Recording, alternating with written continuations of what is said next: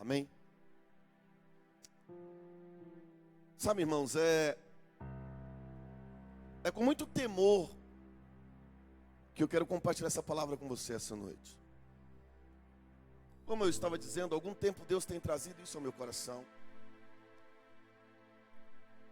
Porque Deus começou a me despertar sobre algumas coisas.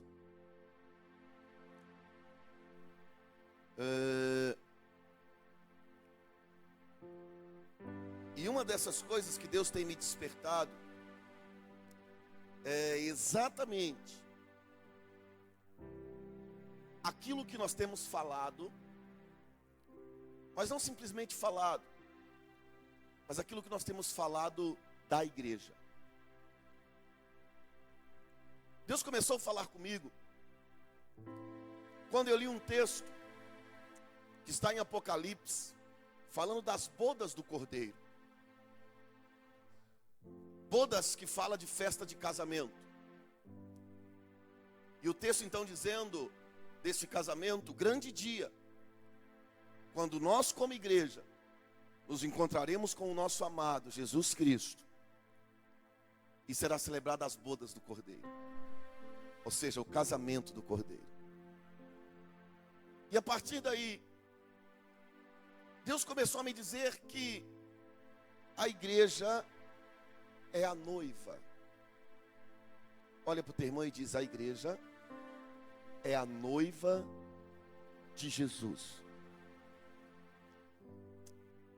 E eu comecei a pensar daqui. É com muito temor que eu trago essa palavra, porque muitos podem achar que a gente está advogando em causa própria. Muitos podem achar que trazer essa palavra é porque o pastor está querendo se defender ou se resguardar. O pastor está querendo passar medo na igreja para ninguém falar mal dele. E sabe, irmãos, eu já passei da fase de me abalar por alguém estar falando mal de mim. Isso não mexe comigo mais. Porque na verdade, de aproximadamente 18 anos, a igreja fez 19, 18 anos de ministério, eu escutei muita coisa. 18 anos de ministério, eu ouvi coisas que... Eu me lembro de algumas coisas que eu ouvi quando eu fui ser consagrado pastor. E em uma reunião disseram assim, segure aí, disseram assim para mim: ele não pode ser consagrado pastor, porque a mulher dele não é crente. Eu ouvi pessoas dizendo: quem tinha que ser pastor aqui era eu, que estou aqui há muito mais tempo. Eu ouvi: ele não sabe de nada. Não. Então assim, eu não quero pregar esse texto para tentar me resguardar dessas coisas, irmãos. Porque na verdade, deixa eu dizer um negócio, irmão. Nunca turbe o seu coração por aquilo que os homens estão falando. Sempre se preocupe com aquilo que Deus está dizendo a seu respeito. Porque se você está no centro da vontade de Deus, irmãos, o povo pode falar. E quanto mais eles falam de você, mais Deus te honra, mais Deus move sobre a tua vida, mais Deus opera sobre a tua vida, mais Deus age sobre a sua vida. Isso é muito simples. É porque a Bíblia diz assim, que os humilhados, eles serão exaltados. Então, quanto mais o povo fala mal de você, se você está na presença de Deus, irmão, torça para eles falarem. Que quanto mais eles falam, mais Deus te honra, mais Deus move sobre a sua vida. Então eu esperei muito tempo para trazer essa palavra para a igreja. E sabe, e não é tentando advogar em causa própria, irmão, mas é tentando alertar a igreja para um perigo que pode acabar com a sua vida, que pode acabar com a sua família, que pode acabar com seus bens, que pode arrebentar com você. Porque o que acontece? Quando a gente lê esse texto, dizendo, a vida e a morte está no poder da língua ou da palavra, e comerá do seu fruto o que bem a utiliza. Parece que o Senhor está dizendo, olha, se você falar mal do seu irmão, tadinho dele. Se você falar mal do seu irmão, você está enrolado, ele está enrolado. Parece que o que a Bíblia está dizendo é que aquilo que a gente fala tem poder sobre a vida do outro. Mas na verdade o que a Bíblia está dizendo é que a bênção ou a maldição não vai sobre a vida de quem eu estou falando, mas a bênção e a maldição vai sobre a vida daquele que está falando. O que o Senhor está dizendo é que você pode ter vida ou você pode morrer, segundo aquilo que você fala, segundo as palavras que saem da sua boca. E por que eu disse da noiva? Sabe por quê, irmãos? Nós vivemos dias em que estão falando muito mal da igreja. Nós vivemos dias onde todos se acham no direito de falar mal da igreja. Vivemos dias onde quem mais fala mal da igreja é quem faz parte dela. Quem mais critica a igreja, quem mais zomba da igreja, quem mais quebra princípios da igreja, são pessoas que fazem parte dela. Nós não temos sido atacados pelos espíritas, nós não temos sido atacados pelos católicos, pelos ateus, pelos radicais, mas na verdade o ataque que a igreja tem sofrido tem partido de dentro da própria igreja. E sabe, quando isso começa a acontecer, quando eu entro nessa onda, isso começa a gerar maldição na minha vida. Porque quando eu falo da igreja, eu não estou falando da Lourdes. Quando eu falo da igreja, eu não estou falando da pastora Eleusa, do pastor Oliveira, da pastora Joana, da Iris. Quando eu falo da igreja, eu estou falando da noiva do Cordeiro. Não, pastor, mas eu não estou falando da igreja. Eu estou falando do irmão. A igreja não é o templo. A igreja são as pessoas que fazem parte dela. E eu te pergunto, irmão, você é noivo e alguém olha para você e fala mal da sua noiva, o que você faria?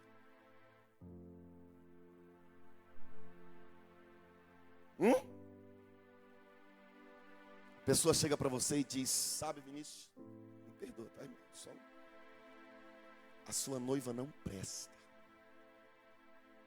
Sabe, Vinícius, a sua noiva é fofoqueira. Sabe, Vinícius, sua noiva não vale nada. O que você faria? Não precisa falar. E por que a gente acredita, irmão, que vai falar mal da noiva do Cordeiro e o Cordeiro não vai fazer nada? E por que a gente acredita que pode simplesmente, com o nosso achismo, falar mal dessa noiva? E o noivo ficará, o noivo que tem todo o poder, o noivo que disse, a mim me foi dado todo o poder, nos céus e na terra, vai simplesmente ficar assistindo tudo isso acontecer. Um noivo que não só amou a sua noiva, mas que amou a tal ponto de morrer por ela. Por que a gente acredita que esse noivo vai simplesmente ficar no seu trono e dizer, ah, tudo bem, podem fazer da minha noiva o que vocês quiserem? Se engana quem pensa assim. Porque todas as vezes que você fala da igreja, você toca na noiva do Cordeiro. E todas as vezes que você toca na noiva do Cordeiro, ele se levanta para defender a sua noiva. Pastor, mas a igreja tem muito problema. Quem acha que a igreja tem muito problema? Quem acha? Quem acha que a igreja é problemática? Só os outros irmãos são tudo crente assim mesmo, irmão. E eu te pergunto, irmão, diante de um Deus onipotente, onipresente e onisciente, ele não conhece os defeitos da sua noiva?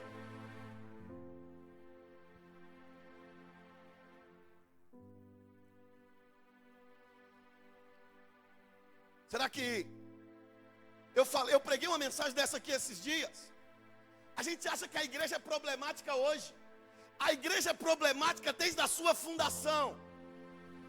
E ainda sendo problemática, Jesus morreu por ela, dizendo: eu te amo, eu te remi, chamei-te pelo teu nome, porque tu és meu. Ou você acha, irmão, que os discípulos eram boa bisca? Hã? Vamos pegar os mais tops. Pedro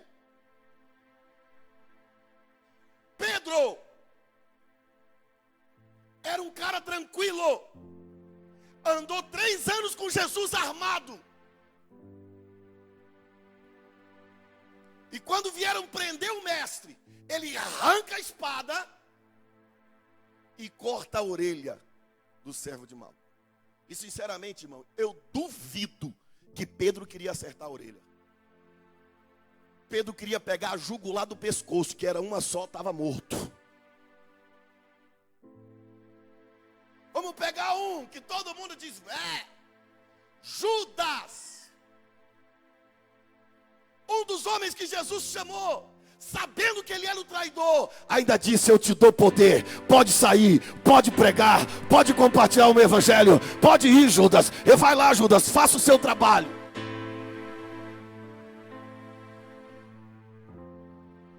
João, o discípulo amado, que um momento de oportunidade disse: Senhor, permita que quando chegares no teu reino, eu sente à direita e meu irmão à esquerda.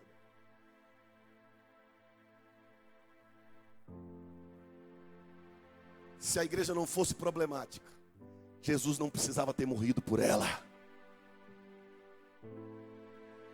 Se a igreja não fosse problemática, Jesus não precisava ter subido numa cruz. Sabe por que ele morreu na cruz, irmão? Porque ele sabia que eu e você éramos problemáticos, mas apesar de todos os nossos problemas, ele disse: se você se render aos meus pés, eu te amo tanto que eu suportarei os teus problemas, eu suportarei os teus defeitos, eu vou mover sobre a sua vida. Sabe por quê, irmão? Olha só, deixa eu te falar um negócio. Alguém disse para você assim: ai, mas você vai casar com seu noivo, ele é careca. Você diz o que para ela? Ou para ela? Quem vai casar com ele, sou eu ou você? Sim ou não? Mas você vai casar com ela, ela é gorda. O que você diz? Quem vai apertar a gordura dela sou eu, você não tem nada a ver com isso. Sim ou não? Sim ou não? Amém, tia Lourdes? E eu já falei, irmão, os magrinhos que se segurem, porque os gordinhos vão dominar a terra. A Bíblia diz: os que confiam no Senhor engordarão. Os gordinhos estão podendo.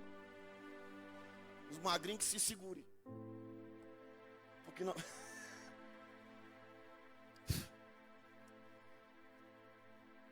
Ah, mas ela é assim, assado. O que você diz? Cale a sua boca, porque quem vai casar com ela sou eu. Quando você começa a falar mal da noiva, Jesus olha para você e diz: cala a sua boca, porque quem morreu por ela fui eu, e você não tem o direito de falar mal dela.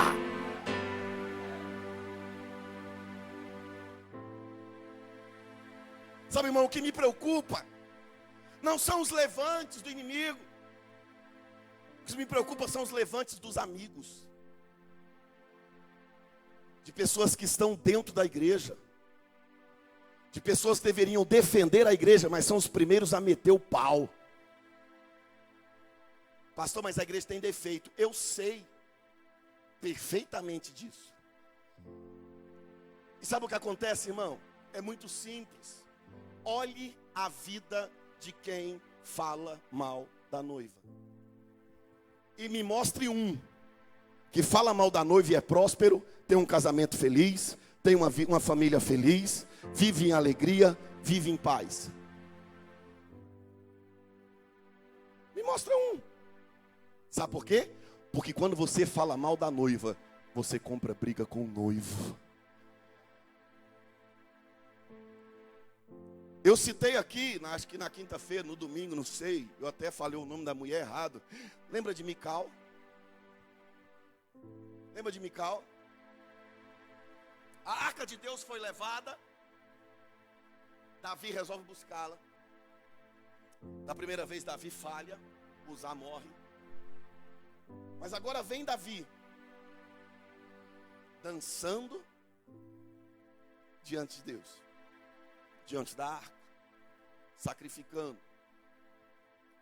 A Bíblia diz que toda a cidade está em festa. Os homens estão celebrando. Por quê? Porque a presença de Deus está voltando para Jerusalém. A única que não estava adorando era Mical. Ela estava na janela observando. A Bíblia diz que Davi abençoou toda a cidade, distribuiu pão para toda a cidade. E agora ele vai para casa. Para quê? Para abençoar a sua casa. É isso que o texto bíblico diz. Mas quando ele chega em casa,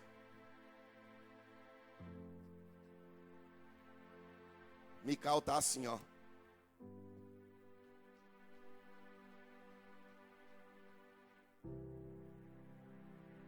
E Davi entra.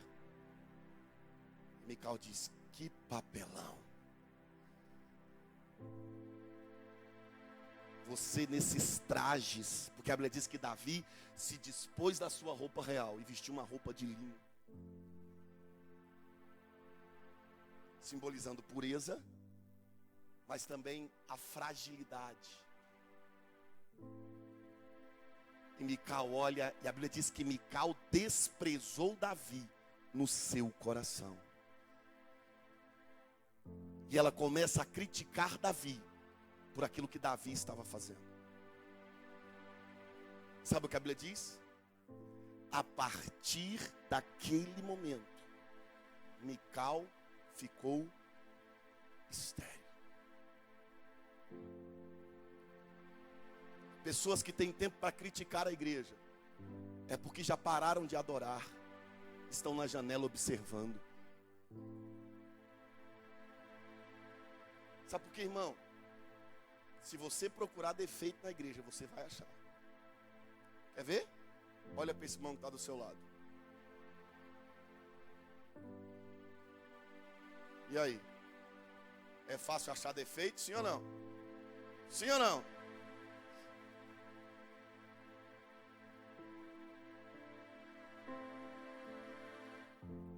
Agora sabe o que acontece? Olhe para o seu irmão que está do seu lado direito. Olhou? Tem irmão procurando qual é o lado direito. Calma, irmão. Calma. Vamos de novo com calma. Amém? Amém? Olhe para o irmão que está do seu lado direito. Olhou? O seu lado, qual o lado direito? O seu, ou você tem dois? O seu lado direito. Olhe para o irmão que está do seu lado direito. Olhe bem dentro dos olhos dele. Porque ela está olhando para o outro. Pensa. Tá bom. Olhe para a nuca dele então, vai. Deixa eu te fazer uma pergunta. Olhando para a nuca desse irmão, você consegue olhar para o que está atrás de você? Sim ou não? Não. Deixa eu dizer um negócio. Quando você está olhando para o mestre, você não enxerga outras coisas. A gente só começa a achar os defeitos quando a gente tira os olhos daquele que é o autor e consumador da nossa fé. Daquele que disse: olhai para mim, sereis salvos, vós, a nação toda. Pessoas que começam a achar defeito na noiva, é porque elas já pararam de adorar. E ao invés de estar olhando para o amado, dizendo: eu sou do meu amado e ele é meu. Eu sou do meu amado e ele é meu. Eu sou do meu amado e ele é meu. Ela está olhando o que está acontecendo à sua volta. E aí, irmão, inevitavelmente você vai achar defeitos. E o pior não é achar defeito, é que a gente acha ele e não dá conta de ficar calado. Sim ou não? E aí, a gente fica estéril. Estar estéril é não produzir nada. Aí você ora, mas a resposta não vem, porque você é estéril.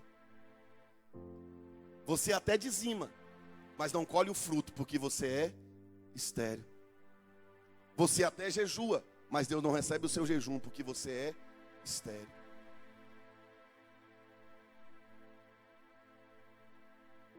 Você nunca tem uma bênção para contar. Você nunca tem um milagre para contar. Porque você é estéril. E aí, irmão, você pode mudar de igreja. Você pode sair da vida nova e ir para a vida velha. Da vida velha você vai para a vida mais ou menos. Da vida mais ou menos você vai para a Assembleia de Deus. Da Assembleia de Deus você vai para Universal fazer um descarrego. Descarregou bem, vai para o Valdomiro para carregar de novo. Você sai do Valdomiro e vai para onde, irmão? Para a igreja do Cuspe. Você sai da igreja do Cuspe, vai para a igreja do Véu. Sai da do Véu, vai para a igreja do Vestido. Sai da... Você diz: não, meu problema é que eu tenho que passar pelo encontro. Você vai no encontro, no reencontro, pós-encontro, trombada, tudo, irmão, e nada resolve a sua vida. Eu estava indo embora ontem, né? E uma mulher me ligou. Disse: pastor, ore por mim, chorando. Minha vida nada dá certo. Sabe, pastor, aconteceu uns problemas na minha casa. Quando ela acabou de falar, eu disse assim: irmã, de qual igreja a irmã é? Disse assim: não, é... na segunda eu vou não sei aonde. Na terça eu vou na Jesus Foi e Eu Fiquei.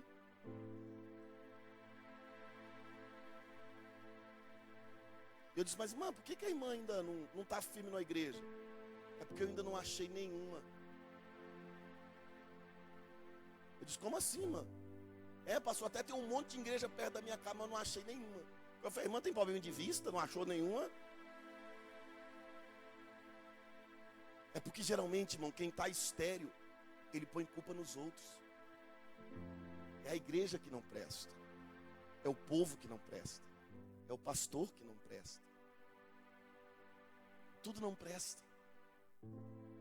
Mical se torna estéril. Porque ela criticou o que Davi fazia diante do Senhor. Tá bom, irmão. Eu acho Davi meio exagerado. O cara, a cada 7 passos, oferecia um sacrifício. Quanto tempo não durou essa viagem, irmão? Mas se o cara quer sacrificar a cada 7 passos, o que eu tenho a ver com isso? Se ele acha que o importante é rapar a cabeça, vestir pano de saco, o que eu tenho a ver com isso? Não é, irmão? Vai dizer: Marquinhos, não sei pra que isso. Tá querendo aparecer. Irmão, se você não tem nada para falar, cale a tua boca, que é melhor.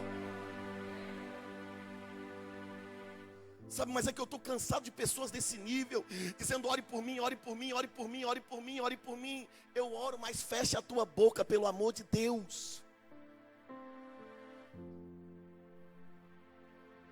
Sabe por quê, irmão? Quem foi que morreu pela igreja? Quem pagou o preço pela igreja? Quem é a noiva da igreja, o noivo da igreja? Ou seja, quem trata com a igreja é Jesus. E eu tenho dito, hoje nós discutimos algo aqui, eu até falei isso. Nós discutimos, não era briga não, mas discutimos assim, conversávamos sobre. E o irmão disse, pastor, por que essa revelação só veio agora? Durante tanto tempo a gente falava sobre o propósito de Deus nas nossas vidas. Por que durante muito tempo a gente não entendeu isso? Mas, por que eu nunca ouvi falar disso antes dessa forma? E eu disse, sabe o que é ardendo no meu coração nesses dias, irmãos? Deus está começando a restaurar a noiva na terra. Porque a volta dele está breve. E ele não vem buscar uma noiva desconcertada, esculachada, arrebentada. Ele não vem buscar uma noiva abusada, não. Ele vem buscar uma noiva que lavou as suas vestes no sangue do Cordeiro. Por isso, sabe o que ele está fazendo? Ele está restaurando a noiva nos nossos dias. Porque o único que tem poder de fazer isso é ele. Porque a noiva é dele. Ele pagou o preço por ela. Ele comprou ela. É ele que trata com ela. Eu vou mostrar para você que quem trata com a igreja é o Senhor. Abra a tua Bíblia em Ezequiel capítulo 25.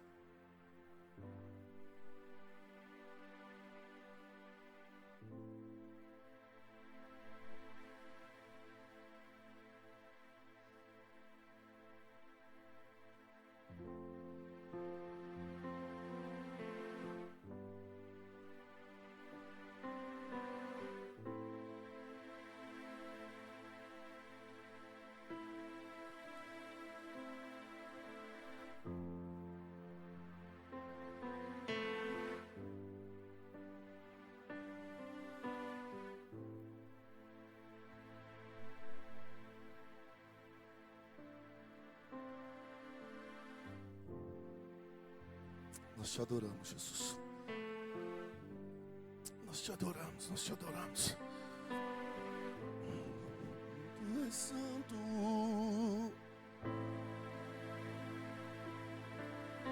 Ezequiel 25. Achou? Verso 1. Primeiro. Até o verso 7. Veja o que diz o texto. E veio Ezequiel dizendo, e veio a mim a palavra do Senhor dizendo, filho do homem, dirige o teu rosto contra os filhos de Amon, e profetiza contra eles. E diz aos filhos de Amon, ouvi a palavra do Senhor Deus. Assim diz o Senhor Deus, porque tu dissestes, contra o meu santuário, quando foi profanado, e contra a terra de Israel, quando foi assolada, e contra a casa de Judá, quando foi ao cativeiro. Portanto, eis que te entregarei em possessões aos do Oriente, e em ti estabelecerão seus acampamentos, e porão em ti as suas moradas. Eles comerão dos teus frutos, e eles beberão o teu leite. E farei de Rabá uma estrebaria de camelos, e dos filhos de Amon um curral de ovelhas. E sabereis que eu sou o Senhor, porque assim diz o Senhor Deus, porquanto batestes com as mãos e pateaste com os pés, e com todo o desprezo do teu coração te alegrastes contra a terra de Israel. Portanto, eis que eu tenho estendido a minha mão sobre ti, e te darei por despojo aos gentios, e te arrancarei dentre os povos, e te destruirei dentre as terras, e acabarei de todo contigo, e saberás que eu sou o Senhor. Volta aqui, irmão. O Senhor está dizendo assim aos filhos de Amon, os amonitas: olha, porque vocês zombaram, porque vocês aplaudiram, porque vocês criticaram quando eu arrebentei com Jerusalém, eu agora vou pegar vocês, porque vocês zombaram do meu povo.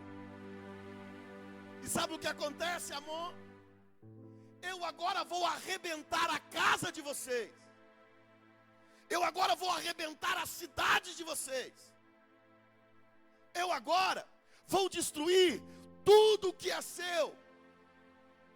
pelo simples fato de vocês criticarem, zombarem e aplaudirem a destruição de Israel. Agora vem cá, irmão. Vamos ser sinceros. Israel estava realmente destruído? Estava. Deus estava efetuando juízo sobre Israel? Estava. Judá tinha sido levado cativo? Tinha. A mão do Senhor realmente estava sobre Israel em juízo? Estava. Deus estava arrebentando com o povo.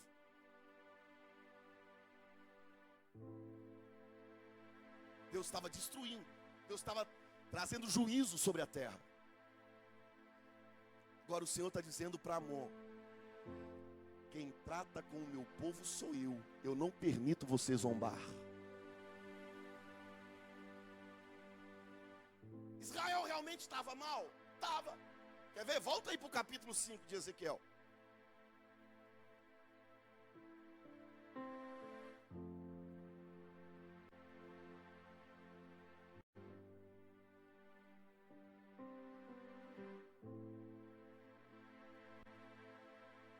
Achou? Verso 5. Eu vou ler até o 9. Veja o que o texto diz.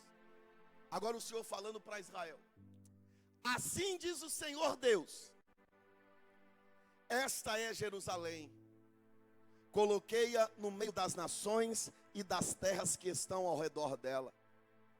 Ela, porém, mudou em impiedade os meus juízos, mais do que as nações e os meus estatutos, mais do que as terras que estão ao redor dela.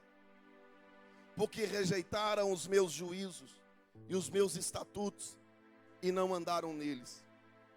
Portanto, assim diz o Senhor Deus: porque multiplicastes mais do que as nações que estão ao redor de vós, e não andastes os meus estatutos, nem guardastes os meus juízos, nem ainda procedeste segundo os juízos das nações que estão ao redor de vós. Por isso, assim diz o Senhor Deus: eis que eu, sim, eu estou contra ti, e executarei juízos no meio de ti aos olhos das nações, e farei em ti o que nunca fiz, e o que jamais farei, por causa de todas as tuas abominações. Irmão, deixa eu te perguntar um negócio. Deus sabia da condição de Israel? Sabia. O Senhor está dizendo: vocês abandonaram os meus estatutos, vocês se tornaram idólatras. Olha, o Senhor diz: a maldade de vocês está maior do que a maldade do povo que cerca vocês. O que o Senhor está dizendo é: vocês estão piores do que os ímpios. Vocês estão perdidaços. Vocês estão mal na fita. O negócio está tenso para o lado de vocês. Vocês me abandonaram. Vocês estão vivendo relaxadamente. Vocês largaram os meus estatutos. Vocês estão vivendo segundo vocês querem.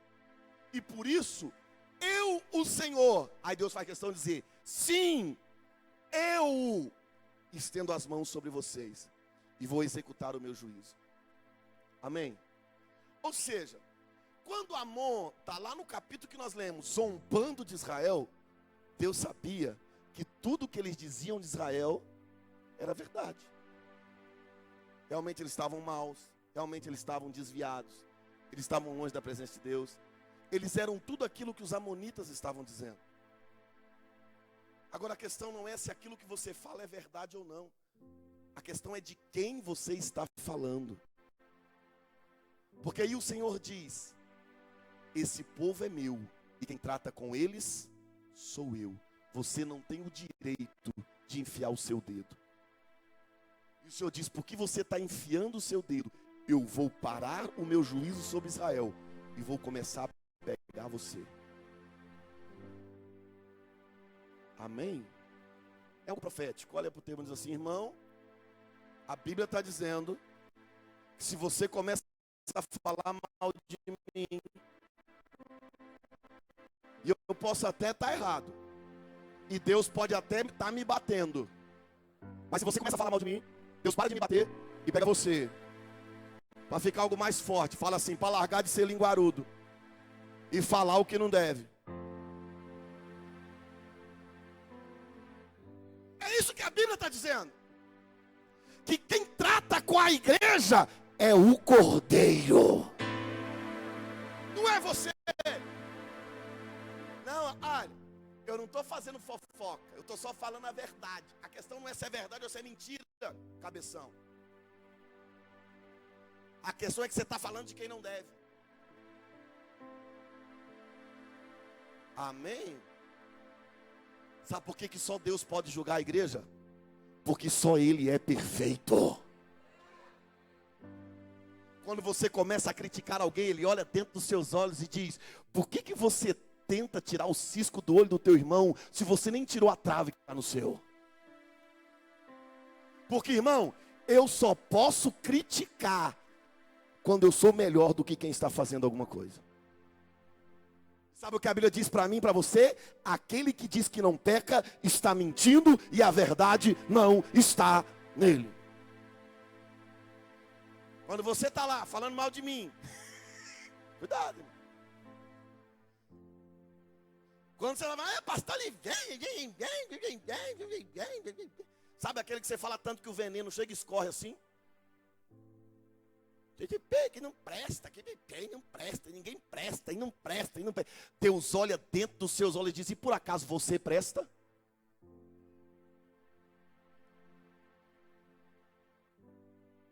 Irmão. Provérbios diz que quando você se alegra porque Deus está corrigindo o seu irmão, Deus para de corrigir o seu irmão e pega você. Olha para o teu irmão com esse olhar de profeta que você tem e diz para ele: essa o pastor falou para você. Fala assim: ele estava olhando para você quando ele falou isso. Vira para o irmão. Essa é melhor ainda. Vira para ele e diz assim: eu acho que contaram para o pastor o que nós estava falando.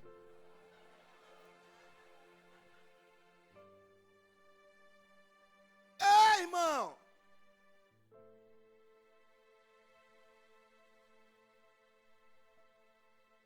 Sabe, meu querido, se você não pode abrir a boca para abençoar a igreja, fica calado, é melhor para você. Ai, pastor, mas a igreja tem problema. Eu sei, irmão. Tem 18 anos que eu estou nesse meio.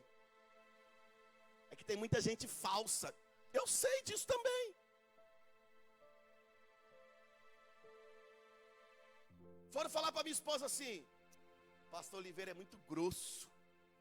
Ela disse: é verdade, eu estou casado com ele tem muitos anos, eu sei disso. Vai contar para minha esposa, irmão, novidade. Seu marido é muito grosso, sem educação. E a minha esposa disse: eu sei, estou casada com ele tem mais de 10 anos. Eu já percebi isso nele. Amém? Sabe, meu querido, sabe o que vai acontecer? O Senhor está dizendo que vai acontecer com os amonitas. Que porque eles estavam falando mal de Israel, o castigo viria sobre eles. O texto diz que eles seriam entregues aos filhos do Oriente.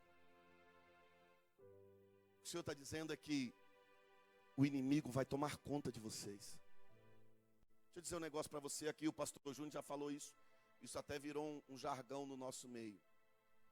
Quando você está falando mal de alguém, da igreja, do pastor, do seu marido, da sua esposa, do seu filho, quem está te usando? Deus? Você chega e diz: Reitaramanagasubiaia, meu marido não vale nada. Ribacanda lamanaias, o pastor não presta. É? É?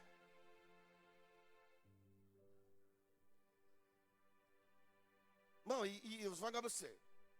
Não pensa que eu estou aqui pregando, Deus me bateu nisso aqui, irmão. Sabe por quê? Porque a gente diz assim: ai, estão falando tão mal de mim. Aí Deus diz: você também fala mal dos outros? Por que quando é para você, você não quer? A Bíblia diz assim, Provérbios: por que te irritas quando o teu irmão fala mal de você? Se às escondidas, muitas vezes, você também fala mal do seu irmão.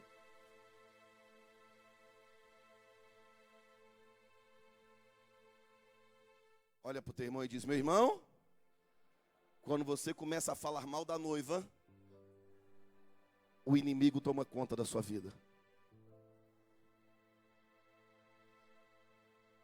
É o que a Bíblia disse aos amonitas. Os filhos do Oriente virão e possuirão vocês. E aí o texto diz assim, que Rabá se tornaria um lugar de repouso para animais. Rabá era a principal cidade dos amonitas. Rabá era o lugar de prosperidade dos amonitas. Sabe o que o Senhor está dizendo? Que porque os amonitas começaram a criticar Israel, a prosperidade deles foi embora. E agora a cidade, que era um luxo, se tornou um lugar de depósito de animais.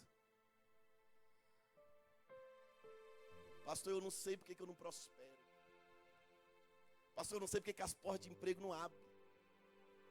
Pastor, eu não sei porque tudo que eu ganho vai embora. E olha, pastor, deixa eu dizer um negócio. Sou dizimista fiel. Deus tem que me abençoar porque eu sou dizimista.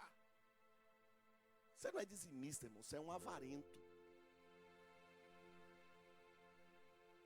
Porque muitas vezes a prosperidade não vem porque você está atraindo maldição sobre a sua vida financeira, falando mal da noiva.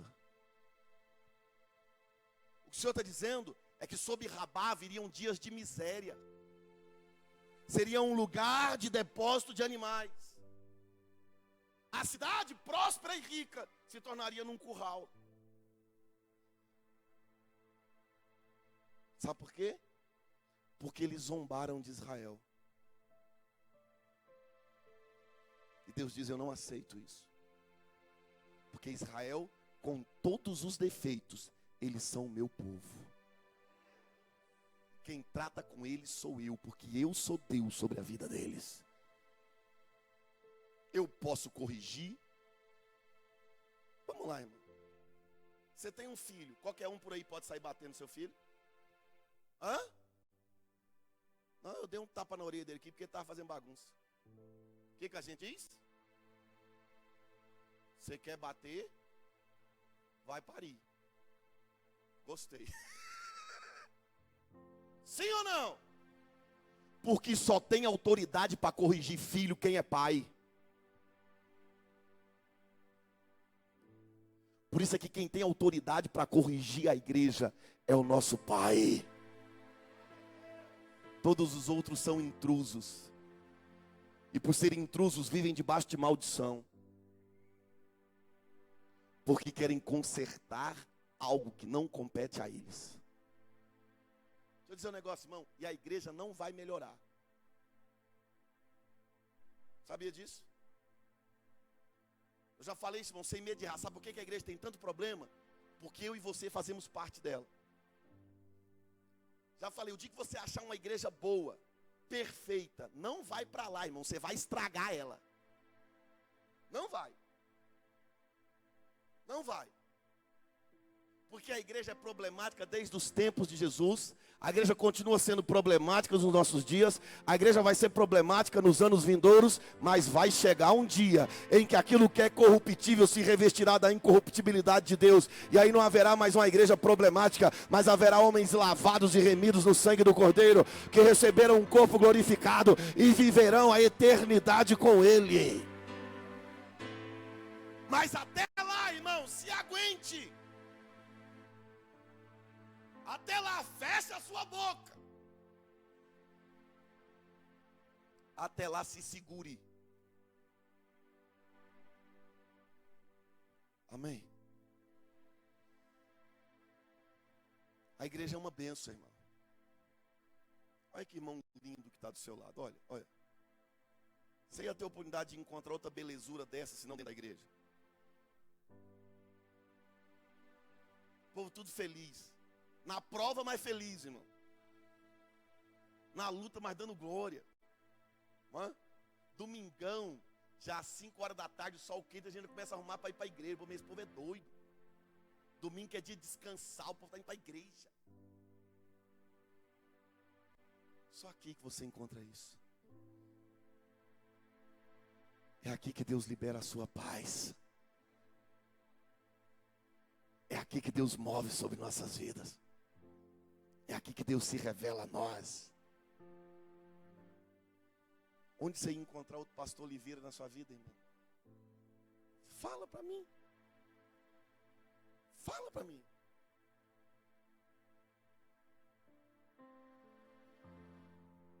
Com todos os defeitos, você ia achar eu aonde estão na igreja?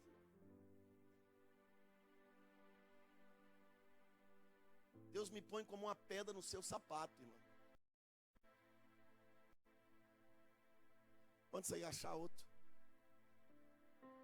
Sabe por que Deus ama a igreja? Porque é aqui que Deus trabalha nas nossas vidas. Deus usa esse irmão que está do seu lado para quebrar o seu ego, seu orgulho.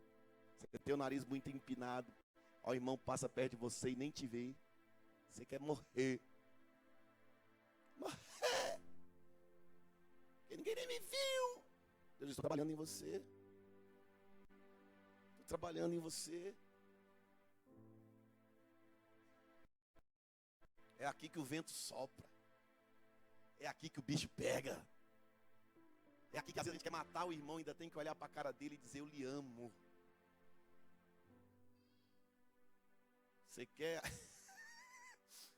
atropelar o irmão, mas aqui dentro você olha para ele e o pastor Oliveira diz: olha para o teu irmão e diz que você ama ele. A gente diz: mas para que o pastor mandou eu falar isso? Você tem que olhar para ele. Ele olha para você com aquela cara amarela. Você tem que dizer: eu lhe amo.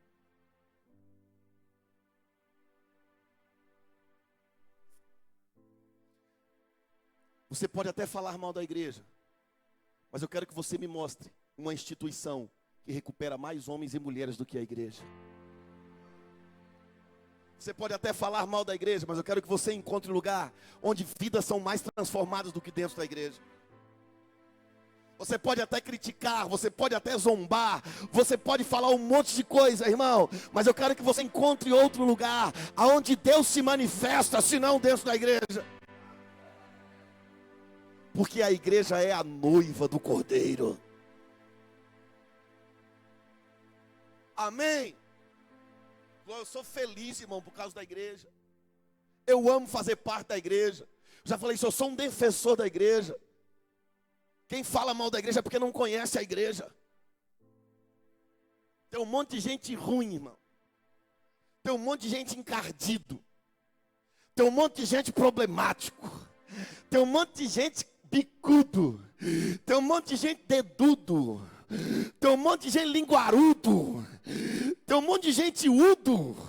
Mas no meio de tudo isso, o Senhor ainda olha para nós e diz: eu amo vocês, eu morri por vocês, e eu espero o dia de receber vocês na glória, e nós passaremos a eternidade juntos. Eu acredito na igreja. Estou cansado, irmãos, dessa onda de crentes frustrados, falando mal de igreja, falando mal de pastores, falando mal de um monte de coisa. Pessoas que não abriram o seu coração e não se renderam ao Senhor, e agora acham que podem criticar. Se você se frustrou, é porque Deus estava trabalhando algo na tua vida, e você preferiu correr do que suportar aquilo que Deus estava fazendo na tua vida. Ramanagasubiaia. Eu estou cansado de gente criticando a noiva do Cordeiro. Tenham mais cuidado quando disserem da noiva. Tenham mais cuidado quando criticarem a noiva. Porque o Cordeiro não vai ficar sentado assistindo isso não. Quando nós começamos a falar da noiva, ele se põe de pé e diz: com a minha noiva ninguém mexe, porque eu comprei ela com preço de sangue.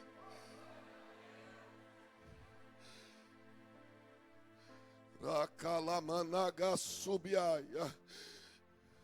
Pessoas que desfrutaram de bênção, pessoas que desfrutaram de milagres, pessoas que viram Deus agir, e porque se frustraram, acham que tem o direito de criticar a noiva. Cuidado! Deus não tem culpa das suas frustrações. Deus não tem culpa das suas desilusões. Eu garanto para você que nenhuma das suas frustrações foi culpa de Deus. E a gente precisa se posicionar direito diante da noiva. Porque a gente pode até falar o mal dela, mas Ele ama a noiva. E a gente precisa tomar cuidado, irmão. para que o Senhor não vire para nós e fale para nós como falou para os amonitas: eu vou arrebentar vocês, eu vou destruir a prosperidade de vocês, eu vou acabar com vocês pelo simples fato de vocês terem mexido com a minha noiva. Coloque-se de pé, igreja.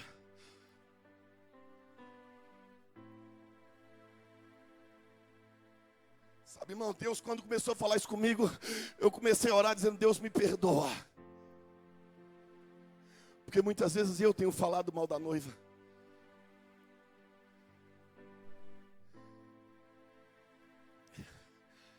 Feche seus olhos. Feche seus olhos.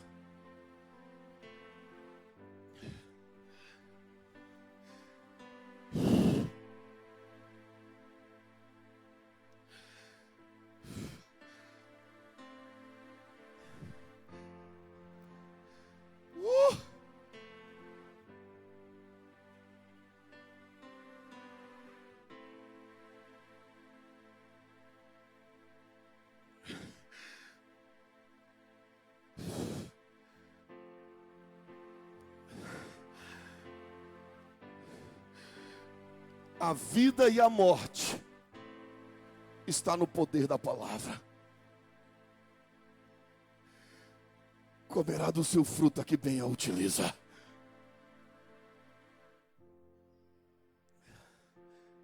Feche os teus olhos, irmãos. O que você tem falado da noiva?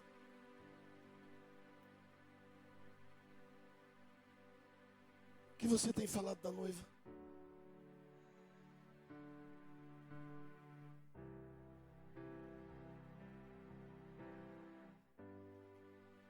O que você tem falado da noiva?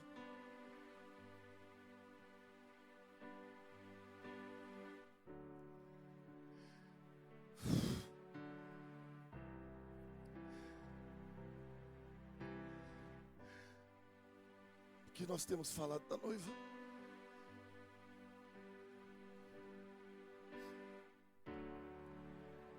O Senhor nunca encobriu os defeitos da noiva. O Senhor nunca fingiu que não estava vendo os defeitos da noiva. Nunca. O Senhor nunca foi indiferente aos defeitos da noiva.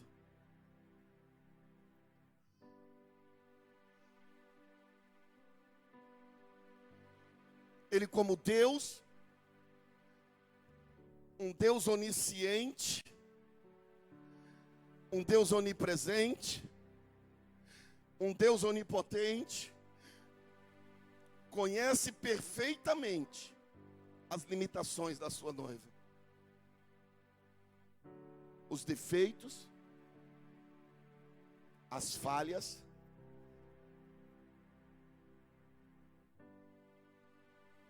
Deus, do seu infinito poder, conhece perfeitamente os defeitos daqueles que conduzem a noiva. O Senhor conhece o defeito dos líderes, dos pastores. O Senhor conhece os meus defeitos. O Senhor conhece os seus defeitos. Mas Ele ainda continua dizendo: quem trata com a minha noiva sou eu. Porque fui eu quem morri por ela. Fui eu que comprei ela com o meu sangue. E eu vou tratar a minha noiva.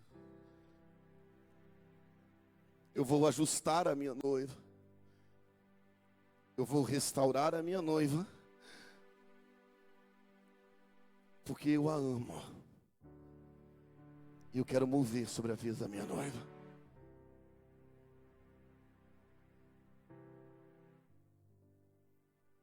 Pai,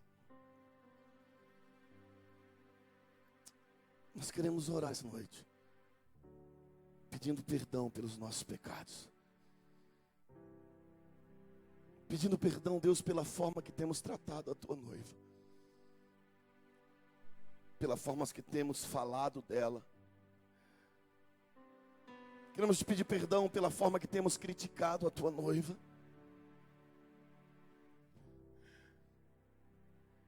Porque muitas vezes também zombamos da tua noiva. Aplaudimos o fracasso da sua noiva. Queremos pedir perdão a Deus, porque muitas vezes, por não sermos do mesmo ministério, torcemos pelo fracasso da sua noiva.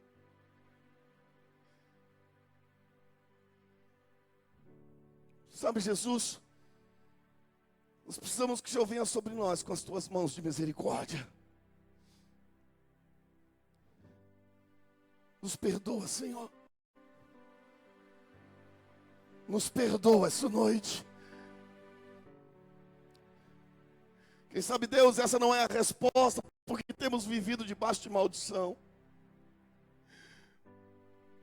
Quem sabe, Deus, não foi aí que o inimigo achou vantagem para entrar na nossa vida. Quem sabe, Deus, aí não dá explicação da nossa miséria, da desgraça que temos vivido, da falta de paz, da destruição dos nossos lares.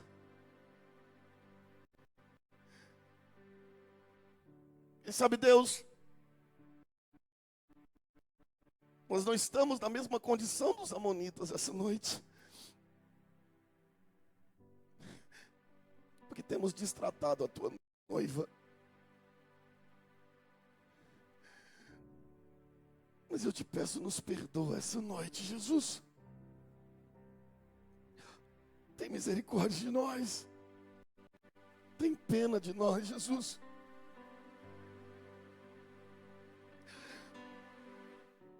Tem misericórdia de nós. Tem misericórdia de nós.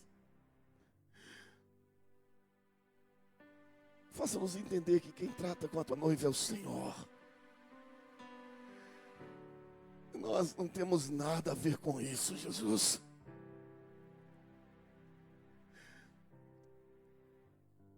Nos perdoe hoje.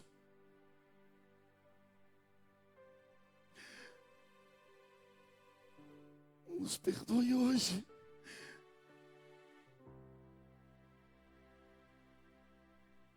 Faça-nos entender, Senhor.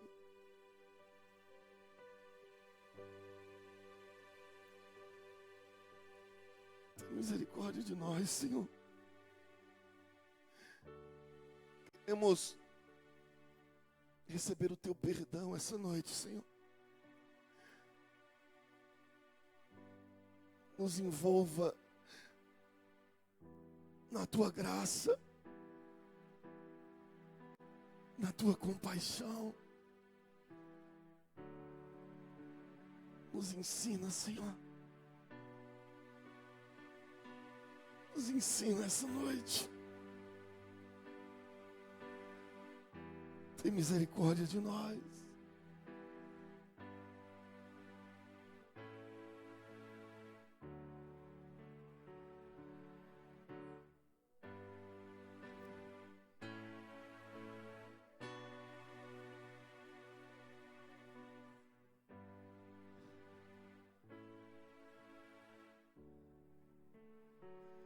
Eu vou descer pra Deus aparecer.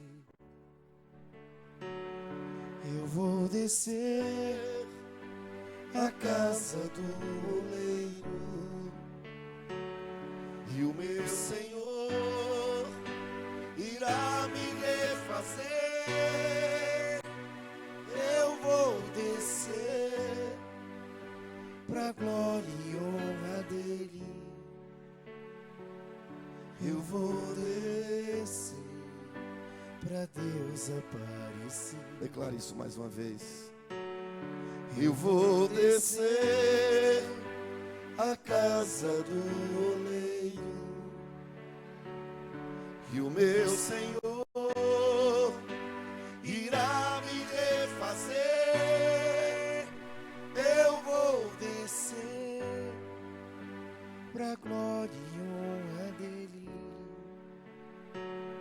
Eu vou descer pra Deus aparecer.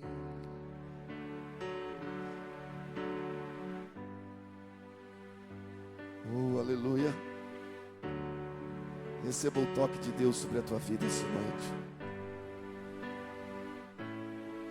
Receba o toque de Deus sobre a tua vida essa noite. Essa noite é uma noite de restauração. Essa noite é uma noite de cura. Essa noite é uma noite de libertação. É a noite onde o Senhor quer nos envolver na sua graça. Eu te dou glória.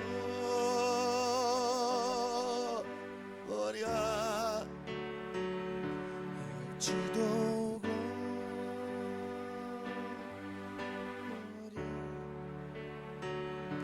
Eu te dou glória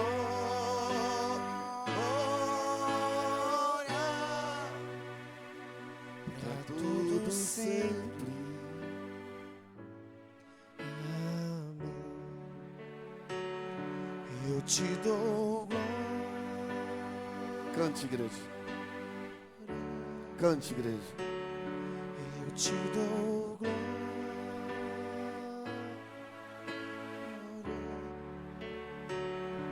Eu te dou glória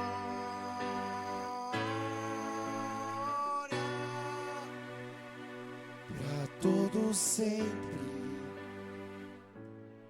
Amém. Ainda de olhos fechados. Quero saber se tem alguém neste lugar essa noite que quer confessar Jesus como o seu único e suficiente Salvador. Alguém que quer entregar a sua vida para Jesus, deixar Ele ser Deus da sua vida.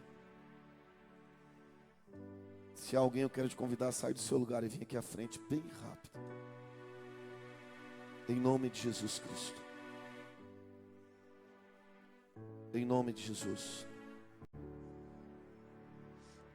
Eu vou descer A casa do oleiro, e o meu Senhor irá me refazer. Eu vou descer pra glória e honra dele. Eu vou descer pra Deus aparecer. aplauda ao Senhor essa noite. Oh, glória a Deus!